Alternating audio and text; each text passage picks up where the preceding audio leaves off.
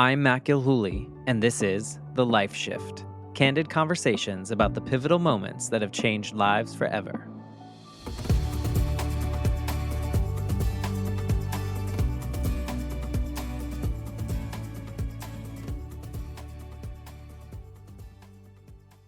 Hello, my friends. I'm Matt Gilhooly, and I am the host of the Life Shift podcast, and I am the lucky one.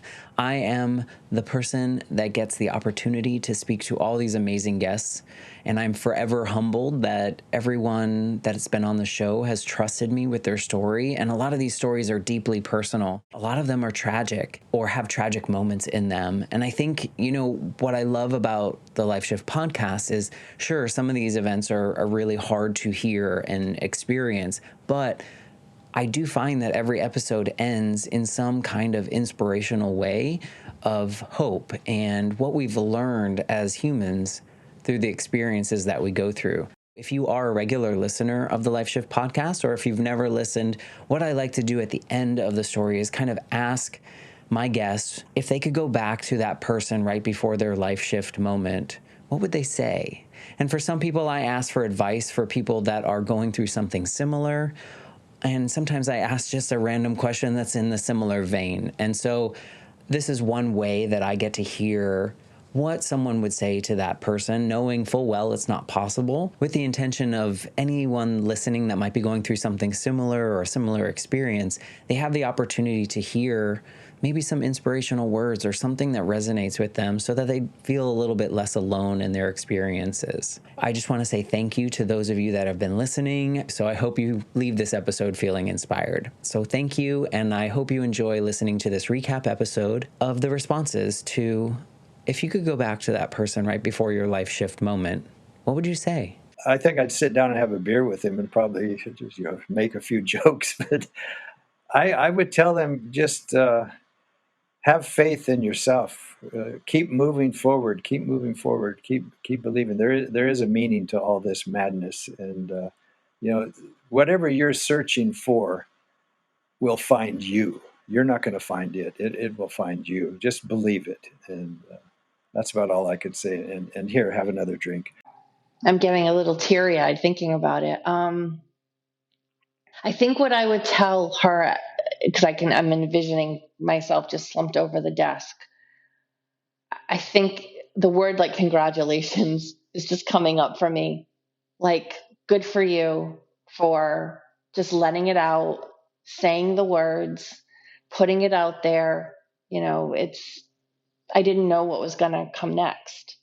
And to know now, what I've accomplished and the life that my husband and I and our daughter continue to build, I wouldn't trade it for the world. God, that is such a great question. I think I would tell him to just enjoy it and let, like, be who you are in the moment. Don't let your guard, or don't put up those walls because of what you've heard. Because that was the moment that I stopped, for lack of a better term, judging people harshly, because I'm like, oh, I've heard so many things from, and you hear like gossip all the time, and that creates this image of someone that you've never met before, and you go into it with that precognition.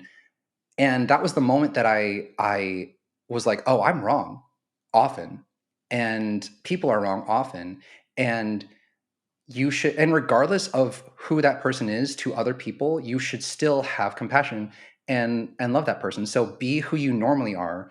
Yeah, I wanna comfort her. Poor you.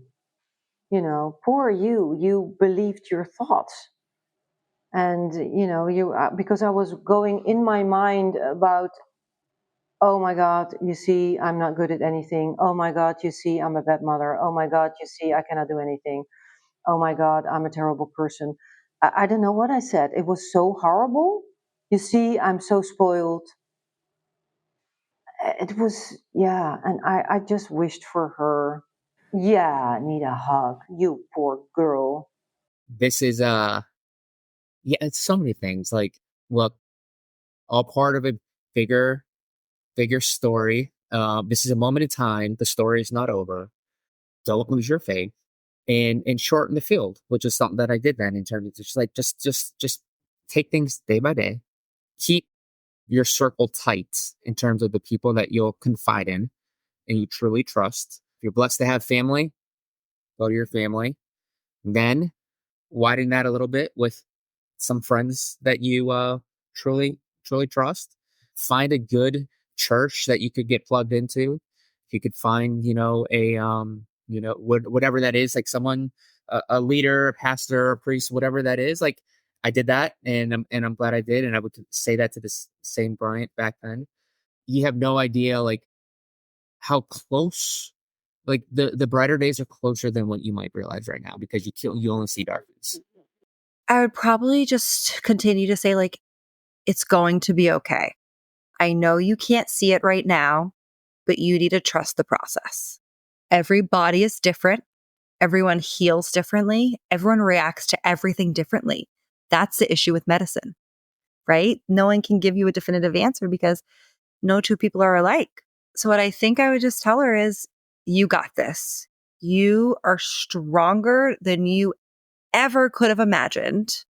People look up to you. My own mother, I can't tell you the amount of times that she made me cry because she just kept saying, like, you are my idol right now. I could never go through what you went through or what you're going through.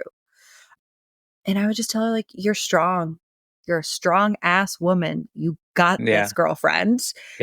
Just keep going because it's gonna get better. You're gonna live out your dream that you never even knew you had. I honestly, I think if I'd really known how bad it was going to be, I'm not sure I would have started. But I would say I maybe it would be okay. But I guess I'd be grateful that I wouldn't tell him anything, because I think it'd be like almost like if you knew what you're getting into, you never would have gone. Like almost like if you go on a hike and like you're halfway up and you're like, I never would have started this hike if I'd known how long it was. But now that I'm halfway through, like I can't turn around now. So that would be lame. So I guess You wouldn't say anything. Yeah, I guess I would maybe give him a hug instead. Yeah. that a hug would be much more valuable than any sort of like advice. I would have said, you are not a burden. You are very loved, and your family needs you. They need you here, not 6 feet under. Slow down and trust yourself and take care of yourself. Because one of the things I've lived my whole life doing is, well, it turned out I was doing it for selfish reasons. I thought I was showing up in a way to help other people solve their problems, make them feel good. And I just ended up hurting them and myself along the way. And it's because it's so weird, like choosing ourselves, or me choosing myself. You know, there's people who are like, oh, that's narcissistic. Oh, that's selfish. And it's like, it could be. And there's also another way to do it where nobody learns by you telling them what to do. Everybody learns by either reading or seeing or observing or experiencing and then making their own choice. And if they can see you doing that for you, eating right, exercising, taking a pause, saying no, doing whatever it is for you, that's where that permission comes in. And it's like, that's the best way to influence somebody else. Whew. The first thing that popped into my head, which seems, but now it's there and I can't get it out, is you matter. Your life matters to other people. And that's, I think, the message that I would want to give anybody who's feeling that way is there is something else. There is another way to live. If this isn't what you want, there will be another way, and you will find it if you stick around. If you leave, you'll never find it. But if you stick around, you may find a better way to live, and you matter to other people.